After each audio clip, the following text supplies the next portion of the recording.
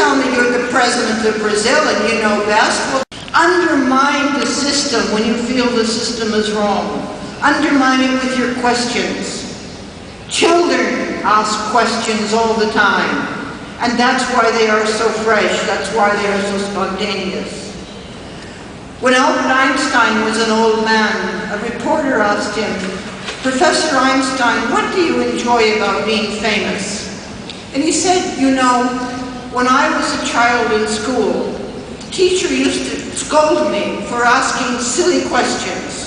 She would say, 'Be quiet, Albert, and sit down and stop asking those silly questions.' But now that I'm an old man," he says, "and very famous, I can ask all the silly questions I like." Questions are infinite. Answers are finite. We're always closer to the truth when we are asking questions than when we think we know the answers. As the great poet Rilke said, live the questions now. The next principle of spiritual intelligence is to reframe. Change your mindset, change your paradigm, look at things afresh, put them in a new frame. Stand back and look at it and say, could this be looked at from another perspective? We humans have got to reframe our vision of ourselves as rulers of this world. We've got to reframe and see ourselves as fully part of the world, as one with nature, one with each other, one with our planet, one with whatever we hold to be God. Business must reframe itself. Business is such an important institution. Business has the money and the power to make a difference. Business is the only global institution on our planet at the moment. But business cannot continue in its narrow, selfish, short-term mindset. Business must come to see that it is not there just to generate profits for its shareholders. It is there as the wealth creator of the community. Business makes the wealth that builds the healthcare, that builds the schools, that builds the infrastructure, that gives us all a decent life. Of course business must make a profit, but a decent profit. And it must think how it makes that profit, and then what it does with the wealth that it generates. I call on business to participate, to join a revolution in our thinking about its role in the community. I call on business people to examine yourselves according to the principles I have outlined. Become aware of the values you have been acting from, and ask, do they really suit my deepest conscience? Could I redefine my life as a business leader? Could I bring wealth and value to this community through my business activities? Education needs to be reframed.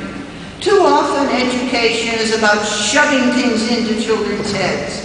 Memorize this, learn that. That's not what education is about. The Latin word educare, from which education comes, means to draw out from, to find the value in each child, to help that child grow and mature to the most excellent place that individual child can be. Education means to empower, to enable, to educate the child in being human, in having values, in being able to ask good questions. That's good education. Not just the storing of facts in the head, not just the taking of tests, but learning to think, teaching our children to think, to question, and to reach for excellence. And there's a challenge for the media to reframe. Too often the media are about entertainment, or they're about the latest scare headline. This swine flu fever is a media hype. We've got people wearing face masks all over the world, imprisoning Mexicans in China, afraid to go to conferences, afraid to go to school. Nobody looks honestly and says, oh, it's a mild virus. So we get viruses every day. Because it sells newspapers, it makes people watch television. The media must turn away from this kind of irresponsible communication. It must see itself as a powerful instrument to educate the people, to raise the people's aspirations, aspirations, to raise the people's sense of excellence, to raise the people's consciousness. It is a true vocation to work for the media. And if our journalists and our television presenters realize that, their own lives will become more meaningful, more purposeful, and more responsible. The next principle of spiritual intelligence is the ability to stand against the crowd. Be willing to be unpopular. Know what you believe in and fight for it. Don't go along with things and say, well, everybody does it, so I'll do it too. Say, no, by God, I know what's right, and I'm going to do that. I'm going to stand by my principles, even if I have to die for them. I'm going to be different. I'm not going to be afraid to be unpopular. I'm going to speak out for what I value. But always, when you're standing against the crowd, remember humility. Don't become arrogant. Don't be so sure I'm right. You can only stand against the crowd when you first stand against yourself. Question yourself deeply. Could I be wrong? Listen to others, hear their point of view, and then say, yes, I know what I believe. I know what I will fight for. I don't mind if you stand against me. The next quality of spiritual intelligence is the celebration of diversity. Celebration of diversity doesn't just mean, as it does in business circles, we'll put a woman on the board of directors, or we'll have a black man executive. Celebration of diversity means realizing the beauty of difference.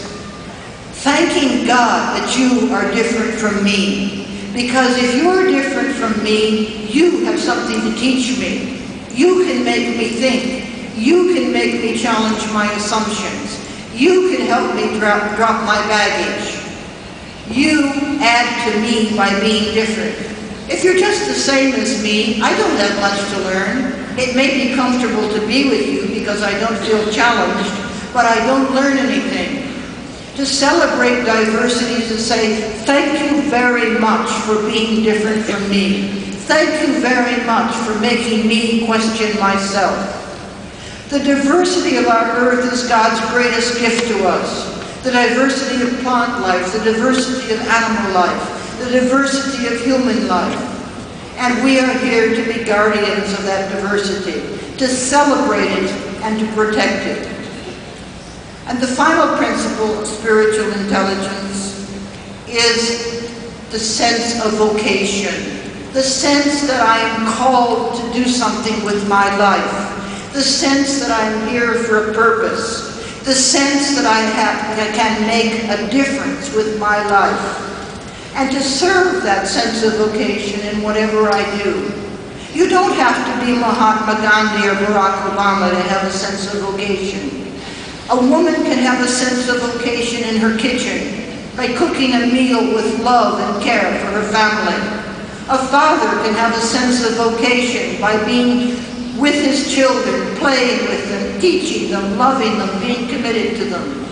Each of us can have a sense of vocation in our working lives, to do our best, to practice excellence, to follow our values. And we can have the highest sense of vocation, to want to serve that deep person within ourselves, that God within ourselves, to serve the community, to serve others, to serve the whole of life. I've written a credo for the night, the global night. My model of the knight is the Knights Templar, those knights of the Middle Ages who didn't fight for women, they didn't fight for money.